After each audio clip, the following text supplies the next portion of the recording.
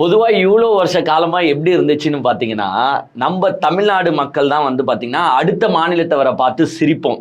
உதாரணத்துக்கு north India மக்கள பார்த்து நம்ம என்ன சொல்லணும்னா, "டேய் இவங்கலாம் பானிபூரி விக்கிறவங்கடா" அப்படின்னுவோம். "டேய் இவங்கலாம் பாக்கு போட்டு துப்புறவங்கடா" அப்படின்ட்டு அவங்க என்னமோ ஒரு படிக்காத முட்டாள்கள் மாரியே வந்து பார்த்தீங்கன்னா, நம்ம அவங்கள நெனச்சு சிரிப்போம். உதாரணத்துக்கு பக்கத்துல இருக்கிற மாநிலங்களையும் வந்து பார்த்தீங்கன்னா, ஒரு ஒரு ரீசனுக்காக நம்ம பார்த்து அவங்கள ஒரு ஏளனமா பார்ப்போம். ஃபார் எக்ஸாம்பிள் இந்த ஆந்திரா எடுத்துக்கிட்டீங்கன்னு நினச்சோங்க, அந்த தெலுங்கு சினிமாலாம் பார்த்தீங்கன்னா ஒரு வித்தியாசமா இருக்கும். அதாவது இங்க அடிச்சா அவன் வந்து பார்த்தீங்கன்னா பக்கத்து ஊர்ல கூட போய் விழுவான். அந்த மாதிரி சீன்ஸ்லாம் எடுத்து வைப்பாங்க. அதை வந்து பார்த்தீங்கன்னா அந்த மக்கள் ரசிச்சும் பார்ப்பாங்க. அதை பார்த்து நம்ம ஏளனமா சிரிச்சுட்டு இருப்போம். என்னையா நீங்க அங்க அடிச்சா அங்க போய் விழுறான், இதெல்லாம் பார்த்து ரசிக்கிறீங்க, உங்களுக்குலாம் அறிவு இல்லையா அப்படின்ட்டு கேட்குற கேரக்டரா தான் நம்ம இருந்தோம். ஃபார் எக்ஸாம்பிள் ஒரு ஹீரோ இருக்காரு, உங்களுக்கே நல்லா தெரியும். அவர் வந்து இப்படி தொடைய தட்டினாருன்னா போதும், ட்ரெயின் வந்து பார்த்தீங்கன்னா ரிவர்ஸ்ல போகும். ஸோ இந்த சீன்ஸ் எல்லாம் ஆக்சுவலாக அந்த மக்கள், அதாவது அந்த மாநிலத்து மக்கள் ரசிப்பாங்க. அதை பார்த்து ஏளனமாக சிரித்த மக்கள் யாருன்னு பார்த்தீங்கன்னா நம்ம தமிழ்நாட்டு மக்கள். ஆக்சுவலாக எனக்கு தெரிஞ்ச வரைக்கும் சினிமாவையாச்சு பார்த்து சிரிக்கிறது வந்து ஒரு இதாக எடுத்துக்கலாம். ஆனால் இப்போ தமிழ்நாடை பார்த்து உலகமே சிரிக்குது. இந்தியா மட்டும் கிடையாதுங்க, உலகமே சிரிக்குது. எதுல சிரிக்குதுன்னா, ஏதோ நம்ம எடுத்த ஒரு படத்தை பார்த்துட்டு சிரிக்கிறாங்களான்னா கிடையாது. நம்மளுடைய அரசியல் அறிவை அதை நினைச்சு இந்தியாவும் சிரிக்குது, உலக நாடும் சிரிக்குது, ஏன் பக்கத்துல இருக்கிற மாநிலமும் சிரிக்குது. அதுக்கு சிறந்த உதாரணமா வந்து பாத்தீங்கன்னா பவன் கல்யாண் வந்து, அதாவது நடிகர் பவன் கல்யாண், அவர் வந்து பாத்தீங்கன்னா துணை முதலமைச்சரா வேற இருக்காரு. அவரு வந்து ஒரு மீட்டிங்ல பேசும்போது அவர் பேசிய சில வார்த்தைகளை பார்த்து இன்னைக்கு எல்லாருமே சிரிச்சிட்டு இருக்காங்க. அவர் யாரை குறிப்பிட்டு பேசுறாருன்னா, நம்ம தமிழ்நாட்டு அரசியல் நிலவரத்தை பத்தி பேசுறாரு. அதாவது இப்போ எலெக்ஷன் நடந்து முடிஞ்சது, உங்களுக்கே நல்லா தெரியும். யாருமே அந்த அதிர்ச்சியில இருந்து வந்து பாத்தீங்கன்னா இன்னுமே ஏஞ்சிக்கல. அதோட விளைவு எங்கெல்லாம் ரிஃப்ளெக்ட் ஆகுது பாருங்க. ஆந்திரா முதல் கொண்டு வந்து பாத்தீங்கன்னா அதை எடுத்து பேசிட்டு இருக்காங்க. நேற்று పవన్ కళ్యాణ్ పేసుம்போது, నేతో ముందనేతో పేసుம்போது அவர் சொல்றாரு, నేను మొన్న తమిళ్ పాలిటిక్స్ చూస్తున్నా ఈ మధ్యన. వాళ్ళు ఎంత సుఖంగా చేశారా పాలిటిక్స్, ఎంత సుఖంగా చేశారు. నాకు అసూయ కలిగి ఎంత సుఖంగా చేశారు. నేను 10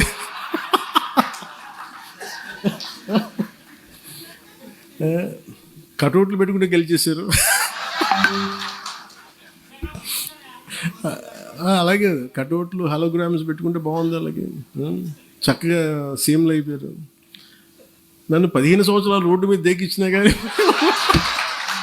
தமிழ்நாட்டில் வந்து பாருங்க அரசியல் எவ்வளோ சுலபமா போச்சு, அதாவது எவ்வளோ ஈஸியா போயிடுச்சு பாருங்க அரசியல். நம்மளாம் வந்து கிட்டத்தட்ட ஒரு பதவிக்கு வரணும்னா ஒரு 15 வருஷம் 20 வருஷம் கஷ்டப்பட வேண்டியதா இருக்கு. ஆனா தமிழ்நாட்டில் அரசியல் அவ்வளோ அசால்ட்டா போயிட்டு வெறியும் கட் அவுட்டும் ஹோலோகிராம்ஸும் வச்சு ஜெயிச்சிருக்காங்க. ஏங்க அவர் சொன்ன வார்த்தையை கேட்டு அங்க இருக்கிற எல்லாருமே சிரிக்கிறாங்க. எது அவருடைய தொண்டர்களோ இல்ல கட்சி நிர்வாகிகளோ இல்ல பொதுமக்களோ எல்லாருமே சிரிக்கிறாங்க. அந்த வீடியோவை பார்த்து ஊர் உலகமே சிரிக்குது. ஏன்னா அந்த நிலைமையில இருக்கு நம்ம தமிழ்நாட்டு அரசியல். எஸ், அஃப்கோர்ஸ் பவன் கல்யாண் அவர்கள் சொன்னதை நான் முற்றிலும் வரவேற்கிறேன், ஆதரிக்கிறேன்.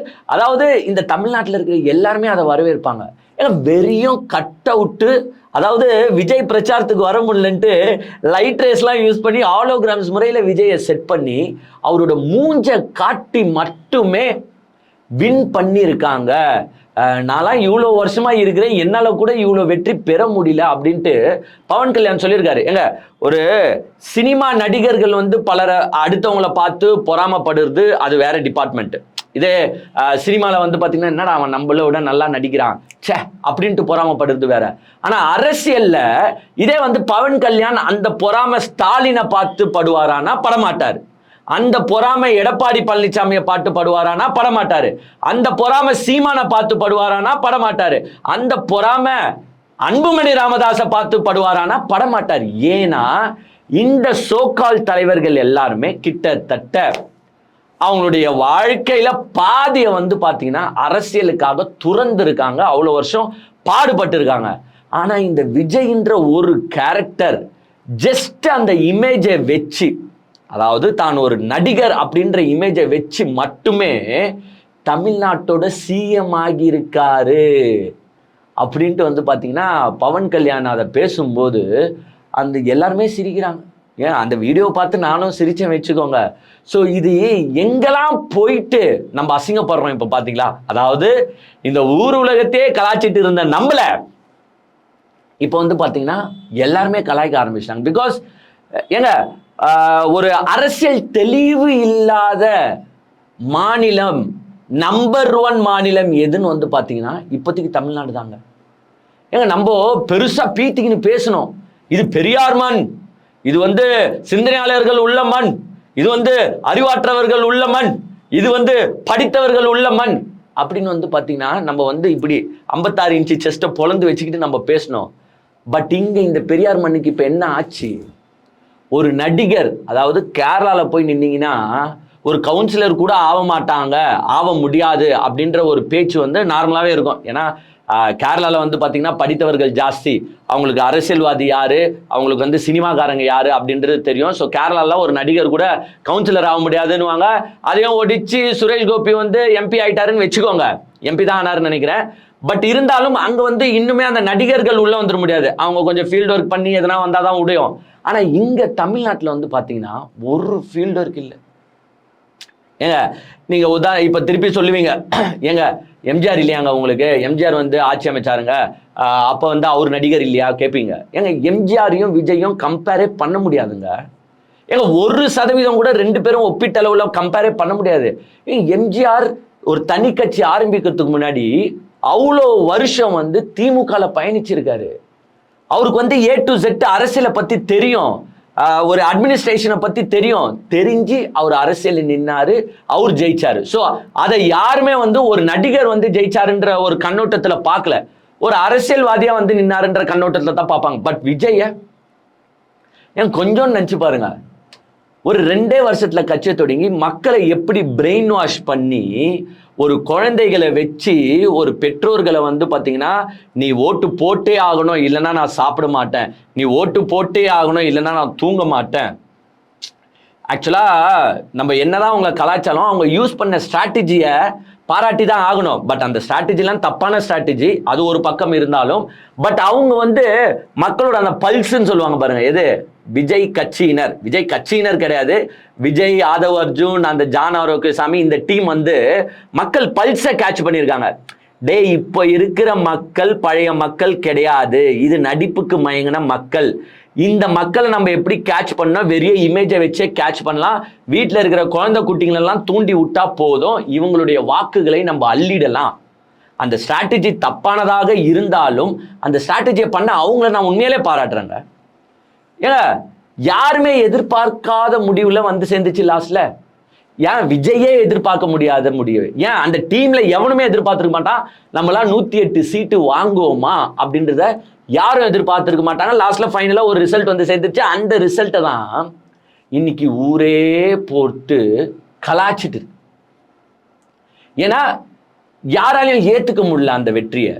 இதே நான் உதாரணத்துக்கு சொல்றேன் பாருங்க, விஜய் ஜெயிச்சதுக்கு சீமான் ஜெயிச்சிருந்தாருன்னு வச்சுக்கோங்களேன், நான் வந்து ரெட் கார்பெட் போட்டு சீமானை வரவேற்றிருப்பேன்.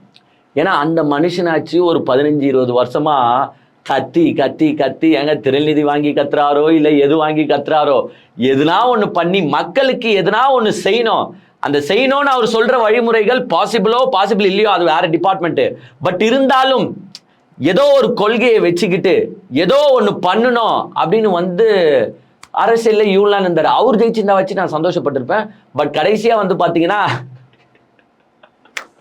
விஜய் வந்து தட்டி தூக்கிட்டு போயிட்டாரு. ஸோ ஊர் ஃபுல்லாக வந்து பார்த்தீங்கன்னா இன்னைக்கு இந்த அரசியல், அதாவது தமிழ்நாடுன்றத வந்து பார்த்தீங்கன்னா எல்லா இடத்துலையும் வந்து ஒரு கேலி கூத்தா பார்க்குறாங்க. என்னையா ஒரு நடிகனெல்லாம் இவங்க ஓட்டு போட்டு ஜெயிக்க வச்சிருக்கிறாங்க, அப்போ இந்த மக்களுக்கு என்ன அரசியல் தெளிவு இருக்கு, என்ன அரசியல் நாலேஜ் இருக்கு? இவ்வளோ வருஷமா கஷ்டப்பட்டுட்டு இருந்த கட்சிகளை தூக்கி போட்டுட்டு, அதுவும் குறிப்பா எல்லாருமே மீன் பண்ணுறது என்னன்னா, இந்த இந்தியாவில் இருக்கிற எல்லாருக்குமே தெரியும், அதாவது நம்ம தமிழ்நாட்டுக்கு விஜய்க்கு ஓட்டு போட்டாங்க பாருங்க, அந்த மக்களை தவிர்த்து இந்தியாவில் இருக்கிற எல்லா மக்களுக்கும் தெரிஞ்சிருக்கு இந்த 5 வருஷத்துல திமுக எவ்வளோ சாதனைகளை பண்ணியிருக்கு இந்த மக்களுக்கு அப்படின்றது. ஏங்க நான் திருப்பி சொல்றேன், இவ்வளோ வருஷத்து திமுக ஆட்சியிலேயே இந்த 5 வருஷம் சிறந்த ஆட்சி. அவங்க நல்ல ஃபுல்லாக வந்து என்னென்ன மக்களுக்கு எவ்வளோ ஹெல்ப் பண்ண முடியுமோ அவ்வளோ ஹெல்ப் பண்ணாங்க. பட் இருந்தாலும் பாருங்க, ஒரு திரை பிம்பம் வந்துச்சு தூக்குனாரு. ஏங்க சரி, ஒரு மாற்றம்னு மக்கள் நினைச்சாங்க, ஓட்டு போட்டாங்க, சரி விடுங்க, அவங்களும் வந்து போர் அடிச்சு போயிட்டாங்கன்னு கூட நம்ம வச்சுப்போம். என்னப்பா டிஎம்கே ஏடிஎம்கே அதனால போர் அடிச்சு போட்டாங்க. ஏங்க விஜய் நல்ல ஆட்சி கொடுத்தா, நான் இப்பயும் சொல்றேன், இந்த வீடியோலயே நானே விஜய் வந்து சப்போர்ட் பண்ணி பேசுவேன், ஆதரிப்பேன். ஏங்க நல்லது செய்யும் போது ஆதரிப்பதும், அவர் எதுனா ட்விஸ்ட் அடிக்கிறது இல்லை தப்பு செய்யறது அதை தான் நம்ம வந்து கலாய்க்க முடியுமே தவிர்த்து, நல்லது செஞ்சா நம்மளே ஆதரிச்சு தான் போட முடியும். ஆமாப்பா ஒரு மாற்றம் வந்தாரு, பரவாயில்லப்பா மாற்றமா செய்யறாரு அப்படின்னு. ஆனா அந்த எந்த மாற்றத்தையும் இது வரைக்கும் 15, 16, 17 நாள் ஆயிடுச்சு, இது வரைக்கும் பாத்தீங்கன்னா ஒண்ணுமே நடக்கல மாற்றம். இவங்க பண்ற இன்னுமே மாற்றம் என்ன பண்ணிருக்கிறாங்கன்னு பாத்தீங்கன்னா, திருப்பி திருப்பி திருப்பி ஃபேக் நியூஸை தான் ஸ்ப்ரெட் பண்ணிருக்காங்க. ஏங்க இவங்களுக்கான இன்ஸ்டாகிராம் இன்ஃப்ளூயன்சஸை வச்சுக்கிட்டு, ஏங்க இவங்க வந்து விஜயும் போய் எங்கேயும் பேசல, எலெக்ஷன் டைம்ல கட்சி தலைவர்களும் எங்கேயும் போய் பேசல. இவங்க பண்ணது இல்லைன்னா என்னன்னா, இன்ஸ்டாகிராம் இன்ஃப்ளூயன்சஸை ஹையர் பண்ணிட்டாங்க. இன்ஸ்டாகிராம் இன்ஃப்ளூயன்சஸ் பத்தி நம்மளுக்கு தெரியாதா? அதாவது பொலிட்டிக்கல் பேசுற இன்ஸ்டாகிராம் இன்ஃப்ளூயன்சஸை விடுங்க, இந்த பொலிட்டிக்கல் பேசாத இன்ஸ்டாகிராம் இன்ஃப்ளூயன்சஸ் தான் ரொம்ப இன்ஃப்ளூயன்ஸ் பண்ணிட்டாங்க இந்த எலெக்ஷன்ல. என்ன காசை வாங்கிக்கிட்டு விஜய்க்கு சப்போர்ட் பண்ற மாதிரி வீடியோஸை போட்டுட்டு இன்னைக்கு போய் வீட்டில் தூங்கிட்டாங்க, அவ்வளவுதான். அவங்களுக்கு என்ன அமௌண்ட் வந்துச்சு, வீடியோவை போட்டாச்சு, வீட்டில் போய் தூங்கியாச்சு. இப்போ இன்னைக்கு இவ்வளோ பிரச்சனை நடந்துட்டு இருக்கு, இதை பத்தி யாராவது இன்ஸ்டாகிராம் இன்ஃப்ளூயன்சர்ஸ் பேசுறாங்களா? ஆனா அரசியலை பத்தி காலத்துக்கும் பேசின்னு இருக்கிற எங்களை மாதிரி கேரக்டர்ஸ் தான் இன்னுமே அரசியலை பேசிட்டு இருக்கு. நாங்க போய் ஃபுட் லாக் பண்ண முடியுமா? நாங்க போய் கப்பிள்ஸ் லாக் தான் பண்ணோம் போல இனிமேட்டு. அப்பதான் இன்ஃப்ளூயன்ஸ் ஆகுறாங்க மக்கள். ஸோ ஒரு இன்ஸ்டாகிராம் இன்ஃப்ளூயன்சஸ் மாயையில் இந்த தமிழ்நாடு சிக்கிட்டு இருக்குது அப்படின்றது தான் வந்து பார்த்தீங்கன்னா பவன் கல்யாண் அழகாக போட்டு உடைச்சு போயிட்டாரு. விஜய் வந்து என்ன மாறுதல் பண்ண போறாருன்றதை நம்ம பொறுத்து இருந்து பார்ப்போம். இப்போதைக்கு அவர் பண்ணிட்டு இருக்கிற மாறுதல் குதிரை பேரம்னு வாங்க பாருங்க, அந்த குதிரை பேரத்தை ரொம்ப ஃபாஸ்ட்டாக பண்ணிட்டு இருக்காரு. உங்களுக்கே நல்லா தெரியும், அதிமுக பாவம். ஏங்க நம்ம எப்பவுமே என்ன சொல்லியிருந்தா, நான் திமுகவை மட்டும் ஆதரிக்கிற கேரக்டர் கிடையாது, திமுக கூட சேர்ந்து அதற்கு இணையாக திமுக ஒரு 100% எஃபர்ட் போதுன்னா அட்லீஸ்ட் ஒரு 60% எஃபர்ட் போடுற கட்சி தான் அதிமுக. ஒன்றும் மொத்தமா அவங்க எஃபர்ட் போடாம இருக்க மாட்டாங்க. இந்த தமிழ்நாட்டு வளர்ச்சியில அவங்களுக்கும் ஒரு பெரிய பங்கு இருக்கு. ஆனா அந்த அதிமுகவை இன்னைக்கு விஜய் கபலீகரம் பண்ணிட்டு இருக்காரு. ஏங்க கிட்டத்தட்ட 4 எம்எல்ஏக்களை உடைச்சி அதிமுக கட்சியிலிருந்து விலகி ராஜினாமாவே பண்ணுங்க, ஏதோ கீழே இருக்கிற பேஸ்மெண்ட் நிர்வாகிகள் போனா பரவாயில்ல, கட்சி எம்எல்ஏக்களையே ராஜினாமா பண்ணுங்க அப்படின்னு சொல்லிட்டு அந்த கட்சி எம்எல்ஏக்களை தூக்கி இந்த கட்சியில இணைக்கிறாங்க ராஜினாமா பண்ணிட்டு. அந்த இணைக்கிற விழாலாம் எங்க நடக்குதுன்னு பாத்தீங்கன்னா தலைமைச் செயலகத்திலே நடக்குது. இப்போ தலைமைச் செயலகம்ன்றது என்னவா மாறி போச்சுன்னு பாத்தீங்கன்னா கட்சி ஆபீஸா மாறி போச்சு. அங்க வந்து வேற எந்த எம்எல்ஏஸும் கிடையாது, அந்த தலைமைச் செயலகம் மக்களுக்கு சொந்தம்லாம் கிடையாது, அது வந்து மினி பனையூர் மாதிரி செயல்படும். நீங்க எப்படி, நான் கேட்கிறேன், ஒரு கட்சி இணைப்ப அதாவது ஒரு கட்சியிலேருந்து விலகிறவங்க நம்ம கட்சியில சேர்றாங்கன்னா அவங்கள முறைப்படி பனையூர்ல தான் சேர்க்கணும். எடுத்துட்டு போயிட்டு தலைமைச் செயலகத்தில் வச்சுலாம் பண்ண மாட்டாங்க. இது வரைக்கும் எந்த அரசியல் தலைவர்கள் இது மாதிரி பண்ணியிருக்காங்கன்னா பண்ணது கிடையாது. அதே மாதிரி இந்த இவங்க உடைச்சு மெஜாரிட்டியை வாங்கணுன்றதுக்காக இப்படி பண்ணிருக்காங்களே. ஏங்க 2017 அதாவது ஜெயலலிதா அவங்க இறந்த பிறகு அதிமுக எப்படி இருந்துச்சுன்னு உங்களுக்கு நல்லாவே தெரியும். கூவத்தூர்ல போய் பதுங்கி இருந்தாங்க, அங்க வந்து அவங்களுடைய எம்எல்ஏஸை சேஃப்டியா பார்த்துட்டு இருந்தாங்க. சசிகலாவுக்கு பிரச்சனை, இங்க எடப்பாடியா செங்கோட்டையனா ஓபிஎஸ்ஆ அப்படின்னு ஒரு மிகப்பெரிய பிரச்சனை. டிஎம்கே அப்போ நினைச்சு இருந்துச்சுன்னு வச்சுக்கோங்களேன், அதிமுகவை அப்பயே உடைச்சி டிஎம்கே பவருக்கு வந்துட்டு இருக்கும். 2017-18 வந்துட்டு இருக்கோம் பவருக்கு. ஆனா ஸ்டாலின் வந்து அதை ஆசைப்படலை.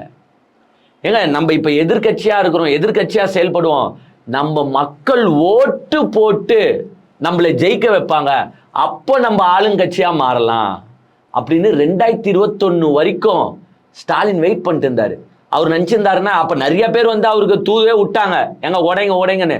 ஸ்டாலின் நினைச்சிருந்தா வச்சிருக்கலாமே. அப்போ அவர் அதை உடைக்க விரும்பல, மக்கள் ஓட்டு போட்டு எங்களை தேர்ந்தெடுப்பாங்க, அப்ப நம்ம பாத்துக்கலாம் அப்படின்னு இருந்தாரு ஸ்டாலின். ஆனா இன்னைக்கு விஜய் பாத்தீங்கன்னா கட்சியை உடைச்சிட்டு இருக்காரு. ஏன் நான் கேட்கிறேன், நம்ம தான் இந்த இப்பதான் போட்டுக்கிறோமே ட்விட்டர்லயும், ஏய் எங்களை காண்டி இப்போ விட்டீங்கன்னா நாங்க மெஜாரிட்டியில 150 அடிப்போண்டா, ரீஎலெக்ஷன் வந்தா 200 அடிப்போண்டா. ஏன் ரீஎலெக்ஷன் வரவைங்க பாப்போம், உங்க 150 200 எவ்வளவுதான் அடிக்கிறீங்கன்னு. இதோ இவ்வளவு நாளா மக்கள் உங்கள்ட்ட பார்த்துன்னு தானே இருக்கிறாங்க. ஊர் ஃபுல்லா கரண்ட் கட்டு, ஊர் ஃபுல்லா தண்ணி பிரச்சனை, 1008 ஏழ்றைகளை கூட்டி விட்டுட்டு உக்காந்து இருக்கீங்க. மக்கள் திருப்பி ஏமாறுவாங்கன்னு நினைச்சுக்கிறீங்களா? இதெல்லாம் வந்து ஒன் டைம், அதாவது ஒரு லக்குன்றது ஒன் டைம் தான், அதிர்ஷ்டம் காத்து ஒன் டைம் தான் வீசணுவாங்க பாருங்க, அந்த மாதிரி இப்போ வீசி இருக்கு, வின் பண்ணீங்க, திருப்பியும் மக்கள் உங்களுக்கு ஓட்டு போடுவாங்கன்னா it's $1 million question. Yes of course, நீங்க நல்லாட்சி கொடுத்து மக்கள் உங்களுக்கு ஓட்டு போட்டா எங்களுக்கு சந்தோஷம். என்ன நல்லாட்சி? அம்மா உணவகத்துல மாற்றம் நீங்க, நானும் வந்து அதுக்கு சப்போர்ட் பண்ணி வீடியோ போட்டேன்ப்பா, அம்மா உணவகத்தை வந்து இவர் மறுசீரமைப்பு பண்ண போறாரு அப்படின்னு சந்தோஷப்பட்டு வீடியோ போட்டேன். என்னடா மாற்றம்னு போட்டா விஜய் போட்டோ தூக்கின்னு போய் ஓட்டிருக்கிறீங்க அம்மா மூஞ்சிக்கு பருவா. ஏங்க, போன திமுக ஆட்சியில கூட பாத்தீங்கன்னா 5 வருஷமா அம்மா உணவகம் செயல்பட்டுட்டு தான் இருந்துச்சு. அங்க யாரும் எடுத்துன்னு போய் அவங்க அம்மா மூஞ்ச மறைச்சிட்டு, அதாவது ஜெயலலிதா மூஞ்ச மறைச்சிட்டு ஸ்டாலின் போட்டோ தூக்கின்னு போய் ஓட்டல. ஆனா இங்க நான் மறுசீரமைப்பு பண்ண போறேன், மாற்றம் பண்ண போறேன்ட்டு கையெழுத்தை போட்டுட்டு இவங்க என்ன பண்றாங்கன்னு பாத்தீங்கன்னா அம்மா உணவகத்துல தூக்கிட்டு போயிட்டு விஜய் போட்டோ ஓட்டுறீங்க. இதுதான் வந்து உங்க மறுசீரமைப்பா? நீங்க அந்த ஆளுக்குள்ள இல்ல ஹோட்டலுக்குள்ள விஜய் போட்டோ வைக்கலாம், CM photo, no problem. But அந்த பேனர்ன்றது அம்மா உணவுன்றது அம்மா போட்டோ தான் இருக்கணும். அங்க தூக்கிட்டு போய் நீங்க விஜய் போட்டோ வைக்கிறீங்க. இதுதான் உங்கள் மாற்றத்திற்கான அரசியலா மிஸ்டர் விஜய்? இதுதான் நீங்கள் மறுசீரமைப்பு பண்ண போறேன் அம்மா உணவகத்தை? ஒருவேளை போட்டோ மாத்துறது தான் மறுசீரமைப்பா அப்படின்ற கேள்விக்குள். இப்படி நீங்க அரசியல் பண்ணுறதெல்லாம் மக்கள் பார்த்துட்டு தான் இருக்காங்க. நீங்க ராஜினாமா பண்ணிட்டு ரீஎலெக்ஷனை சந்திச்சீங்கன்னா என்ன ஆகும் அப்படின்றது சோசியல் மீடியால இருக்கிற வர்ச்சுவல் வாரியர்ஸ்க்கு மேபி தெரியாம இருக்கலாம். ஆனா ஆதவ் அர்ஜுனுக்கும் மிஸ்டர் விஜய் அவர்களுக்கும் தெளிவா தெரியும். டேய், நம்ம இப்ப இருக்கிற நிலைமைக்கோ இல்ல மக்கள் ஏதோ தெரியாம நம்மளுக்கு ஓட்டு போட்டுட்டாங்க, இன்னொரு வாட்டி நம்ம போய் எலெக்ஷனை ஃபேஸ் பண்ணோம்னா நம்மளுக்கு கல்தாதான், நம்ம கம்ப்ளீட்டா காலி ஆயிடும் அப்படின்றது யாருக்கு தெரியும்? விஜய்க்கும் ஆதவ் அர்ஜுனாக்கும் தெரியும். அதனாலதான் போயிட்டு எப்படியாச்சும் இந்த 5 வருஷம் நம்ம ஆட்சியை தக்க வைக்கணும் அப்படின்றதுக்காக போயிட்டு கட்சியை உடைச்சிட்டு இருக்காங்க. ஏன்னா விசிகேவோ சிபிஐயோ சிபிஎம்மோ ஐயுஎம்எல்ஓ நீங்க தப்பு செஞ்சா கேள்வி கேட்பாங்க, ஆதரவு நாங்க ரிட்டர்ன் வாங்கிக்கிறோம்னு சொல்லி ஆதரவு வாங்கிப்பாங்க. அதனால என்ன பண்றீங்க? 5 வருஷம் நம்ம ஸ்டெபிலிட்டியா நிக்கணும், எதனா ஒண்ணு பண்ணணும் அப்படின்றதுக்காக போயிட்டு அந்த கட்சியை உடைச்சி எடுத்துட்டு இருக்கீங்க. எம்எல்ஏ வந்து குதிரை பேரம் தான், குதிரை பேரம் கூட இல்ல, சம பெரிய பேரம் அங்க நடந்துட்டு இருக்கு. ஏன்னா ஒரு கட்சியின் சாதாரண நிர்வாகி போய் வேற ஒரு கட்சியில சேர்றது எப்படி இருக்கு? எம்எல்ஏவா ஜெயிச்சு கிட்டத்தட்ட 20 நாள் தான் ஆகுது. அந்த 20 நாள்லயே அந்த எம்எல்ஏ பதவியே ராஜினாமா பண்ணிட்டு நீங்க வேற கட்சிக்கு போறீங்கன்னா அப்ப அந்த பேரம்ன்றது எவ்வளோ பெரிய பேரமா இருக்கும்னு நீங்க கொஞ்சம் நினைச்சு பாருங்க. ஸோ இப்படி அதிமுக கட்சியை வந்து பார்த்தீங்கன்னா விஜய் சிதைச்சிட்டு இருக்காரு. அதாவது உங்களுக்கே நல்லா தெரியும், இப்போ வந்து இந்த 4 எம்எல்ஏ போய் இங்கே ஜாயின் பண்ணிட்டாங்க. அந்த 4 எம்எல்ஏக்கு வந்து அந்த கான்ஸ்டியூன்சிக்கு எப்படியோ ரீஎலெக்ஷன் தான் வரும் பாருங்க. அதை வந்து நார்மலாக இந்த 4-5 தொகுதி 10-15 தொகுதிக்கு வரும்போதெல்லாம் உங்களுக்கே நல்லா தெரியும் ஆளுங்கட்சிக்கு ஃபேவராக தான் போய் முடியும். பிகாஸ் இவங்க தான் ரூலிங் பார்ட்டின்னு தெரிஞ்சிடும். ஸோ இந்த ஓட்டோ இங்கே போட்டால் தானே நம்ம தொகுதிக்கு நல்லது நடக்கும் அப்படின்னு நினச்சி மக்கள் ஓட்டு போடுற மைண்ட் செட்டில் இருப்பாங்க. அந்த எலெக்ஷன் டைமில் ப்ராசஸில் என்னென்ன நடக்குதோ அதை அப்போ தான் பார்க்கணும். ஸோ நம்ம வந்து ஒரு 120-125 எப்பவுமே மெஜாரிட்டியாக இருக்கணும், இந்த கூட்டணி கட்சிகளை நம்பி இருக்கக்கூடாது, நம்மளே மெஜாரிட்டியாக இருக்கணும்னு அந்த உடைக்கிற வேலைகளில் ஈடுபட்டு இருக்காங்க. ஆனால் இன்னைக்கு இன்னொரு நியூஸும் பார்த்துருப்பீங்க, அந்த பிரிஞ்சு போன அதிமுக மற்ற அதிமுக எம்எல்ஏக்கள்லாம் ஒன்று சேர்றாங்க, வேலுமணி சிவி சண்முகம் எல்லாம் ஒன்று சேர்றாங்க அப்படின்ட்டு ஏடிஎம்கே இபிஎஸ்ஸை பார்க்க போயிருக்கிறதா தகவல் வந்திருக்கு. அதிமுக ஒன்று சேர்ந்தா நம்மளுக்கு சந்தோஷம். ஏங்க, இங்கே வந்து இந்த தமிழ்நாட்டுக்குன்னு நல்லது செய்கிற கட்சிகள் தமிழ்நாட்டில் இருக்கணும், அழிஞ்சு விடக்கூடாது. திமுகவும் இருக்கணும், அதிமுகவும் இருக்கணும். எஸ், தாவேக்காவும் மக்களுக்கு நல்லது செய்யும் பட்சத்தில் அவங்களும் இருக்கிறது தப்பு கிடையாது, நல்லது செய்யணும். எங்க இன்னும் ஒரு பிரஸ் மீட்டை சந்திக்கலைங்க. ஏங்க அப்போ இது எவ்வளோ பெரிய ஒரு விஷயம் பாருங்களேன். அதை தான் பவன் கல்யாண் சிரிச்சது இது எல்லாத்தையும் சேர்த்து தான். ஏன்னா பிரஸ் மீட்டை கூட பார்க்கடா அந்த மனுஷன் இன்னும். ஏங்க ஒரு மைக்குக்கு முன்னாடி, அதாவது ஒரு ஸ்டேஜ் கீஜ் போட்டு நீங்க பேசுனீங்கன்னா அந்த பஞ்சு டைலாக் என்னென்ன பேசிட்டு வந்தாரோ, எது பதவி ஏற்கும் போது பேசினாரு பாருங்க, அந்த பஞ்சு டைலாக்லாம் பேசுறாரு. எதுனா ஒரு மைக்கை நீட்டிட்டு ஓட்டு போட்ட மக்களுக்கு நன்றி எங்கன்னா சொல்லியிருக்காரா? ஏங்க எதுனா சிஎம் ஆயிட்டாரு, சரி நீங்க மற்றவங்கள தான் சொன்னீங்க, சிஎம் பாருங்க பேச மாட்டாரு மற்ற சிஎம் சொன்னீங்க.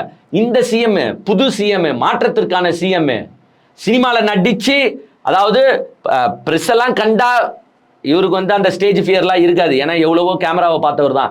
இவரு போய் ஒரு பத்திரிகையாளர்களை சந்திச்சு ஒரு பிரஸ் மீட் கொடுக்குறதுல என்ன இருக்கு? காலத்துக்கும் கொடுக்க மாட்டாரு. நான் இப்போ சொல்றேன் கேட்டுக்கோங்க, விஜய் பிரஸ் மீட்டு காலத்துக்கும் கொடுக்க மாட்டார். ஏன்னா விஜய் பிரஸ் மீட் கொடுத்தா அவருடைய இமேஜ் கம்ப்ளீட் காலி. மனுஷனுக்கு என்ன பேசணுன்றது தெரியாது, ஏது பேசணுன்றது தெரியாது, எப்படி ஹேண்டில் பண்ணணுன்றது தெரியாது. ஏன்னா நாங்கள் வில்லு படத்திலேயே பார்த்துறோம் பிரஸ் மீட் ஹேண்ட்லிங்க. ஸோ விஜய்க்கு பிரஸ் மீட் ஹேண்டில் பண்ணுற இது சுத்தமாக கிடையாது. அதனால இவர் ஹேண்டில் பண்ணாருன்னா இவருடைய இமேஜ் கம்ப்ளீட்டாக ஸ்பாயில் ஆகிடும். குறிப்பாக ஜென்சி கிட்ஸ் மத்தியில் ஸ்பாயில் ஆகிடும். ஏன்னா அவங்கெல்லாம் விஜய் எப்படி பார்த்தாங்கன்னா ஒரு பறந்து வரும் வல்லலா பார்த்தாங்க, ஒரு ரெடிமேட் சேவியராக பார்த்துருக்காங்க. என்னடா இவருக்கு பிரஸ் மீட்டை கூட ஹேண்டில் பண்ண தெரியல, கேட்ட கேள்விக்கும் பதில் தெரியல, முழிச்சின்னு இருக்காரு அப்படின்றத இவன் பார்த்தானா அவருடைய இமேஜ் காலி ஆயிடும். ஸோ நான் இப்பயும் சொல்றேன் பாருங்க, நெக்ஸ்ட் 5 வருஷமும் இவங்க ஆட்சியில் இருந்தாலும் அடுத்த 5 வருஷமும் இவங்க வந்து பார்த்தீங்கன்னா பிரஸ் மீட்டே தரமாட்டாங்க. ஏன்னா பிரஸ் மீட் இவர் என்னைக்கு தராரோ இவருடைய உண்மை சுயரூபம் மக்களுக்கு போய் சேர்ந்துடும். இவருடைய ஃபேன்ஸ் வேணா எப்படி இருந்தாலும் இவரை ஏற்றுப்பாங்க. ஆனால் ஓட்டு போட்டு இருக்கிறது பொதுமக்களும் ஓட்டு போட்டிருக்கான். அந்த பொதுமக்கள்லாம் இவருடைய ஒரு பிரஸ் மீட்டை பார்த்தாலே காலி ஆயிடும். ஆக்சுவலா டிஎம்கே வந்து இந்த எலெக்ஷன்ல பண்ணது 2 தப்புங்க. ஒன்று வந்து பார்த்தீங்கன்னா தமிழ்நாட்டு மக்களை வந்து பார்த்தீங்கன்னா ஓவரா எஸ்டிமேஷன் பண்ணிட்டாங்க. இன்னொன்று வந்து பார்த்தீங்கன்னா விஜயை அண்டர் எஸ்டிமேஷன் பண்ணிட்டாங்க. ஏன்னா விஜயை பற்றி எந்த விமர்சனமும் செய்யல, விஜய் எந்த கேள்வி கேட்டாலும் அதுக்கு பதிலும் சொல்ல. ஏன்னா நம்ம பேசினா விஜய் பெரியாள் ஆயிடுவாரோ அப்படின்னு வந்து திமுக நினைச்சிட்டாங்க. பட் விஜய் அதை அவருக்கு சாதகமாக யூஸ் பண்ணிக்கிட்டு பழிக்கு மேலே பழி போட்டு பழிக்கு மேலே பழி போட்டு பழிக்கு மேலே பழி போட்டு அதை உண்மைன்னு மக்களை நம்ப வச்சிட்டாரு. இன்னொரு தப்பு டிஎம்கே பண்ணது என்னன்னு பார்த்தீங்கன்னா over estimation of Tamil Nadu people. விஜயை அண்டர் எஸ்டிமேட் பண்ணாங்க, தமிழ்நாடு பீப்புளை வந்து பார்த்தீங்கன்னா ஓவர் எஸ்டிமேஷன் பண்ணாங்க. ஓவர் எஸ்டிமேஷன்னா ஏய் இதுனாயா உத்தரப்பிரதேசம் நினச்சியா, இதுனா மத்திய பிரதேசம் நினச்சியா, இதுனா குஜராத் நினச்சியா, இதுனா ராஜஸ்தான் நினச்சியா, இது தமிழ்நாடியா, என் தமிழ்நாடு பெரியார் மண், என் தமிழ்நாடு அறிவுமிக்க சமுதாயம் உள்ள மண். இவங்க வந்து ஒரு நடிகனின் கவர்ச்சியிலெல்லாம் கௌரவ மாட்டாங்க. நாங்கள் வந்து அவ்வளோ நலத்திட்ட உதவிகள் செஞ்சுருக்கோம், நாங்கள் மக்களுக்கு இந்த 5 வருஷம் நல்ல ஆட்சியை கொடுத்துருக்கோம். தமிழ்நாட்டு மக்கள் நடிகன் பின்னாடி போக மாட்டாங்க, தமிழ்நாட்டு மக்கள் படித்தவர்கள் அப்படின்னு ஓவரா எஸ்டிமேட் பண்ணிட்டாங்க. அப்படிதான் நம்மளும் எஸ்டிமேட் பண்ணோம். ஸோ எல்லாருமே தமிழ்நாடு மக்களை ஓவர் எஸ்டிமேட் பண்ணி வச்சிருந்தாங்க. ஆனால் என்ன ஆயிடுச்சு, லாஸ்டா படித்தவன் பூரா பயில என்ன பண்ணிட்டானா தூக்கிட்டு போயிட்டு விசில்ல குத்திட்டான். ஸோ இந்த 2 தப்பை வந்து டிஎம்கே பண்ணிட்டாங்க. ஒன்று அண்டர் எஸ்டிமேஷன், இன்னொன்று வந்து பார்த்தீங்கன்னா ஓவர் எஸ்டிமேஷன் பண்ணி லாஸ்ட்டாக விஜய் ஆட்சிக்கு வந்து இப்போ வந்து பார்த்தீங்கன்னா தமிழ்நாடு மட்டும் இல்லை ஆந்திரா முதல் கொண்டு நம்மளை பார்த்து சிரிச்சு ஏளனம் செஞ்சுட்டு இருக்காங்க. அது வேற டிபார்ட்மெண்ட்டு. இப்போ என்ன இருந்தாலும் திருப்பி சொல்கிறேன், நல்லாட்சியை தந்தா நம்ம சந்தோஷம் தான். ஆனால் எப்படி நல்லாட்சியை தர போறீங்க? ஒரு ப்ரெஸ் மீட்டை சந்திக்க மாட்டீங்க. அங்கே வந்து பார்த்தீங்கன்னா விஜய் எனக்கு என்னமோ ஆக்டிங் சிஎம்மாக இருக்கிற மாதிரி தான் இருக்குது. ஒரிஜினல் சிஎம்மாக வந்து பார்த்தீங்கன்னா ஆதவ் அர்ஜுன் தான் ஏதோ செயல்பட்டு இருக்காரு. ஏதோ எங்கெங்கேயோ போயிட்டு மனுலாம் வாங்கிட்டு ஒருவேளை ஒரிஜினல் சிஎம்மாக ஆகிறதுக்கு ஆதவ் அர்ஜுனும் தன்னுடைய முயற்சிகளை பண்ணிட்டு இருக்காரான்னு என்னன்னு தெரியல. அதெல்லாம் போக போக தான் பார்க்கணும். பட் ஏன் இதை நான் திருப்பி சொல்கிறேன்னா, நல்லது செஞ்சால் நம்ம பேசுவோம். ஏன்னா போகிற காலகட்டங்களில் விஜய் வந்து இந்த 2500 ரூபாய் கொடுத்துட்டாலோ, 6 சிலிண்டர் கொடுத்துட்டாலோ, மகளிருக்கு வந்து கட்டணமில்லா பேருந்து தமிழ்நாடு ஃபுல்லாக கொடுத்துட்டாலோ அதையும் நம்ம பாராட்டி பேசுவோம். அப்போ மக்கள் வந்து என்னப்பா நீ அதெல்லாம் சொல்கிறேன்னு நினைக்காதீங்க. நல்லது செஞ்சால் நாங்கள் வந்து அதை சொல்லுவோம், கெட்டது செஞ்சால் அதையும் பேசுவோம். அதே மாதிரி இன்னொரு ரிக்வெஸ்ட் எனக்கு வைக்கணும்னு ஆசையாக இருந்துச்சு. இப்போ வந்து பார்த்தீங்கன்னா திமுக கூட்டணியிலேருந்து இந்த கூட்டணி கட்சிகள்லாம் விலகுறதெல்லாம் நம்ம பார்த்துட்டு இருக்கோம். உதாரணத்துக்கு விசிகே போயிட்டு டிவிகேல ஐக்கியமாயிட்டாங்க, காங்கிரஸ் முன்னாடியே போயிட்டு ஐக்கியமாயிட்டாங்க, ஐயுஎம்எல் வந்து பார்த்தீங்கன்னா மினிஸ்ட்ரியில் பங்கேற்றிருக்காங்க. ஸோ இதெல்லாம் வந்து பார்த்தீங்கன்னா அங்கங்கே எரிசல் புரசலாக பிரச்சனைகள் ஆகிட்டு இருக்கு. உன்னால தான் நான் ஜெயித்தேன், என்னால் தான் நீ ஜெயிச்சிங்கன்னு பார்த்தீங்கன்னா எல்லா இடத்துலையும் கலவரம் ஆகிறத உங்களால் பார்க்க முடியுது. ஏங்க இப்போது காங்கிரஸ் வந்து ஃபஸ்ட்டு திமுக கூட்டணியை விட்டு போனாங்க. நம்ம அதை கூட ஏன் தப்புன்னு சொன்னோன்னா, நீங்கள் வெற்றி பெற்றுட்டு வந்து மு.க. ஸ்டாலினை பார்த்துட்டு எங்கள் வெற்றிக்கு உங்கள் சப்போர்ட்டாக இருந்திருக்கு நன்றிங்கன்னு சொல்லிட்டு நீங்கள் அப்புறமா போயிட்டு தாவேக்கால சேர்ந்துருந்தா கூட பிரச்சனை கிடையாது. ஏன்னா திருப்பி நான் சொல்கிறேன், எல்லா கட்சிகளும் அவங்க கட்சி எதனா பலன் அடைய முடியுமா, அவங்க கட்சி எப்படின்னா உயர முடியுமா, அவங்க கட்சி எப்படின்னா பேஸை ஸ்ட்ராங் பண்ணலாமான்னு தான் பார்ப்பாங்க. ஸோ அதில் எனக்கு மாற்று கருத்தே கிடையாது. ஒரு நன்றியை சொல்லிட்டு நீங்கள் போயிருந்தாலோ, அப்படி இல்லைன்னா எலெக்ஷனுக்கு முன்னாடியே நீங்கள் கூட்டணியை உடைச்சிக்கிட்டு போயிருந்தாலோ சந்தோஷம்தான். ஏன்னா உங்கள் கட்சி வளர்ச்சியை தான் நீங்கள் பார்க்க போகிறீங்க. அதே மாதிரி தான் வந்து எல்லார் கட்சியும் அவங்களுக்கு எதனா ஒரு ஆதாயம் கிடைக்குமான்னு தான் பார்ப்பாங்க. இது அரசியலுங்க. இது இப்போ விசிகா வந்து போயிட்டு டிவிக்கில் மினிஸ்ட்ரியில் சேர்ந்துருக்காங்க, அவங்க பார்த்துருப்பாங்க ஏங்க எங்களுக்கு இந்த வாய்ப்பு எப்படி கிடைக்கும்? ஏங்க அவங்கள நம்ம தப்பு சொல்ல முடியுமானா முடியாது. எங்களுக்கு இந்த வாய்ப்பு எப்படி கிடைக்கும்? அவங்க ஸ்டார்டிங்ல வின் பண்ண உடனே வந்து பார்த்தீங்கன்னா திமுக தலைவரை பார்த்தாங்க, பார்த்துட்டு கொஞ்ச நாள் வெயிட் பண்ணாங்க. அப்புறமா அவங்களுக்கான ஒரு இது வரும்போது தான் அவங்க போய் சேர்றாங்க மினிஸ்ட்ரியில். ஸோ அதை தப்பு சொல்ல முடியாது. அதை வச்சுக்கிட்டு நம்ம அதை பேசிக்கிட்டு விசிகாக்கு எங்க ஓட்டு போச்சு, விசிகா ஓட்டு எங்களுக்கு வரல, அப்படி இப்படின்னு நம்ம கலவரத்தை ஏற்படுத்துறது தப்பு. அது எல்லா கட்சிக்கும் சொல்லிக்கிறேன். எல்லா கட்சி சப்போர்ட்டர்ஸும் இப்போ விசிகால இருக்கிறவங்க திமுக ஓட்டு போட்டிருப்பாங்க, திமுகல இருக்கிறவங்க விசிகா ஓட்டு போட்டிருப்பாங்க. பட் விசிகாவோட ஓட் டிரான்ஸ்ஃபர் மேபி நிறைய இவங்களுக்கு திமுகவுக்கு வராம இருந்திருக்கலாம். பிகாஸ் பாதி வாக்குகள் வந்து தாவேகாக்கா போனதா ஒரு குற்றச்சாட்டு இருக்கு. அது ஏன் திருமாவளவரே வந்து பாத்தீங்கன்னா உங்களுக்கு ஒரு வீடியோவே வெளியிட்டு இருந்தாரு, பாதி பேர் வேலை செய்யலன்ட்டு. ஸோ அந்த இயக்கத்துல தான் திமுக தோழர்கள் பேசிட்டு இருப்பாங்க. பட் எல்லா கட்சிகளிலும் தங்களுடைய நலனை தான் பார்ப்பாங்க, மற்ற கட்சிகளோட நலனை பார்க்க மாட்டாங்க. இப்போ ஐயுஎம்எல்லும் சரி நம்மளுக்கு ஒரு மினிஸ்டர் தராங்களே, நம்மளுக்கெல்லாம் மினிஸ்டர் கிடைச்சிருக்குமா, 2 சீட்டை வச்சுக்கணும் ஒரு மினிஸ்டர் தராங்களே. ஏங்க விஜய்க்கு அதுல சுயநலம் இருக்கலாம், பட் இந்த கட்சிகளுக்கு இது கிடைத்தது ஒரு ஆஃபர் கிடையாது, ஒரு வரம். அவங்க பாருங்க, ஒரு மினிஸ்டருங்க, அது ஒரு கவர்மெண்ட் போஸ்டிங்க, அவ்வளோ பவர்ஸ் உள்ளடக்கியது ஒருத்தங்களுக்கு கிடைக்கும் போது அந்த ஆசை இயல்பாவே அவங்களுக்கு இருக்கதானே செய்யும். ஸோ அந்த ஆசையை வச்சு அவங்க போயிருக்கலாம். அவங்கள அதுக்காக தப்பு சொல்லணுமா, ஒரு விசிகாவையோ தப்பு சொல்லணுமா, ஐயுஎம்எல்லையோ தப்பு சொல்லணுமா அப்படின்னு பார்த்தீங்கன்னா எனக்கு அதில் உடன்பாடு கிடையாது. நான் தப்பாகவும் சொல்ல மாட்டேன். அன்லெஸ் அண்ட் அன்டில் நீங்கள் வந்து கம்ப்ளீட்டாக இப்போ விசிகா ஐயுஎம்எல்லாம் போயிட்டு தலைவரை பார்த்துட்டு பேசிட்டு அப்புறமா தான் போனாங்க. காங்கிரஸ் ஒன்ன மாதிரி டப்புன்னு ஒன்றும் எகிரி குச்சி ஓடல. காங்கிரஸ் பண்ணது மேபி நீங்கள் வந்து துரோகம்னு சொல்லலாம்.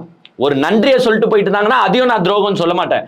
ஏன்னா எலெக்ஷனுக்கு முன்னாடியே நான் என்ன சொல்லிட்டு இருந்தேன்னா, காங்கிரஸ் திமுக கூட்டணியில இருக்கிறதை விட தாவேகா கூட்டணியில இருந்தாதான் அவங்களுக்கு அட்வான்டேஜ், அவங்களுக்கு நல்லது. But everything depends on Vijay எந்த பக்கமா போறாரு. நாளைக்கு திடீர்னு விஜய் காங்கிரஸை வச்சு ஜெயிச்சுட்டு பிஜேபியில கூட சேர்ந்துருவாரு. ஸோ அதெல்லாம் டிசைட் பண்ணி காங்கிரஸ் ஒரு முடிவெடுத்தா அவங்களுக்கு நல்லதுன்னு தான் நானும் சொன்னேன். எதே எலெக்ஷனுக்கு முன்னாடியே சொன்னேன். இப்போ நீங்க எலெக்ஷனுக்கு அப்புறமா நீங்க பண்ண ஒரே தப்பு, எலெக்ஷனுக்கு முன்னாடியே நிறைய தப்பு பண்ணிட்டீங்கன்னு வச்சுக்கோங்க. திமுகவை அவ்வளோ விமர்சனம் செஞ்சீங்க, அதெல்லாம் ரொம்ப தப்பு. மாணிக்கம் தாகூர் வாய வச்சுன்னு சும்மா இல்லை, அதெல்லாம் ரொம்ப தப்பு. பிரவீன் சக்கரவர்த்தி வாய வச்சுன்னு சும்மா இல்லை, அதெல்லாம் ரொம்ப தப்பு. ராகுல் காந்தி வந்து ஒரே மேடையில் பார்ட்டிசிபேட் பண்ணலாம், அதெல்லாம் ரொம்ப தப்பு. ஆக்சுவலாக திமுக இவ்வளோ பெரிய செட்பேக் ஆனது, இந்த எலெக்ஷனில் செட்பேக் ஆனதுக்கு முழு காரணமே காங்கிரஸ் தான். கூட்டணிக்குள்ள 1000 குடைச்சல குத்துருந்தாங்க. இதுக்கு காங்கிரஸ் அப்பயே வெளியில போயிட்டு இருந்தாலே திமுக இன்னைக்கு இடங்கள் ஜாஸ்தியாக ஜெயிச்சிருக்கோம் போல. ஸோ காங்கிரஸ் போனதை நம்ம துரோகம் சொல்றோம்னா எஸ், ஓரளவுக்கு ஏற்றுக்க முடியுது. பட் மற்ற கட்சிகள், நம்ம கூட இருந்த கட்சிகள், அவங்களுடைய கட்சி நலனை தாங்க பார்ப்பாங்க. அதை பார்க்கறதுலையும் தப்பு கிடையாது அப்படின்றது என்னுடைய கருத்து. இப்போ என்ன இருந்தாலும் அதிமுக தான் வந்து பார்த்தீங்கன்னா பந்தாடப்பட்டுட்டு இருக்கு. ஒரு சைடில் பாதி எம்எல்ஏ எப்பப்போ தாவாங்கன்னு தெரியாது. இப்போ இன்னைக்கு மேபி அதிமுக திருப்பியும் சேர்ந்துருக்கிறதா நம்ம பேசுகிறோம், கேள்விகள் படுறோம். பட் நாளைக்கு இது திருப்பியும் உடைமானோ நம்மளுக்கு தெரியாது. நாளைக்கு எத்தனை எம்எல்ஏ தாவ போறானோ நம்மளுக்கு தெரியாது. ஏன்னா குதிரை பேரம் அந்த வேகத்தில் நடந்துட்டு இருக்கு. பட் இந்த அதிமுகல இருந்து எம்எல்ஏக்கள் வெளியில போறதுக்கு முழு காரணம் யாருன்னு பார்த்தீங்கன்னா இபிஎஸ் தான். ஏங்க விஜய்க்கு ஆதரவு கொடுத்தது ஃபர்ஸ்ட் யாருங்க? ஏங்க உங்க இப்ப இருக்கிற சிவி சண்முகம், எஸ்பி வேலுமணி கிடையாது. நீங்க சட்டமன்றத்தில் விஜய் நம்ம கூட கூட்டணிக்கு வந்துருவார் என்ன பண்ணீங்க? சட்டமன்றத்தில் போயிட்டு அவ்வளோ பெரிய கரூர் சம்பவம் 41 பேர் செத்த பிறகும் விஜய்க்கு வக்காலத்து வாங்கினீங்க. எங்க? சட்டமன்றத்தில் போயிட்டு. அதே மாதிரி அங்கங்க பஸ்ல நின்றுக்கிட்டு என்ன பண்ணீங்க? கொடி பறகுதா, இன்னொரு கட்சி வரப்போகுது, ஒரு பெரிய கட்சி வரப்போகுது அப்படின்னு தொண்டர்களை உசுப்பேத்தி விட்டது யாரு? Mister EPS. அன்னைக்கே நீங்க விஜய்க்கு உங்க ஆதரவையோ அவ்வளோ சப்போர்ட்டிவோ தராம இருந்திருந்தால் இன்னைக்கு இது நடந்திருக்குமானா நடந்திருக்காது.